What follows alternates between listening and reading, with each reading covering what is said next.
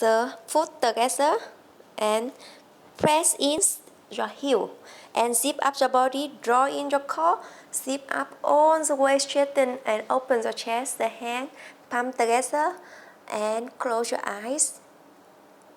Yes, you can focus more in tightening the body, crease in your back. Yes, this is how to do correct prayer posture. Try to crease in your back, crease in. Zip up all the way, draw in your core and zip up all the body, hands prayer. And remember, close your eyes, face direct to the sun if you do sun salutation in the early morning. Yes, close your eye.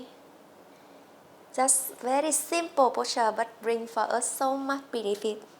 And try to do sun salutation at least 3 rounds in a day, so you will feel so much different after a week you do often. Thank you for watching my video and I see you in next video. Namaste.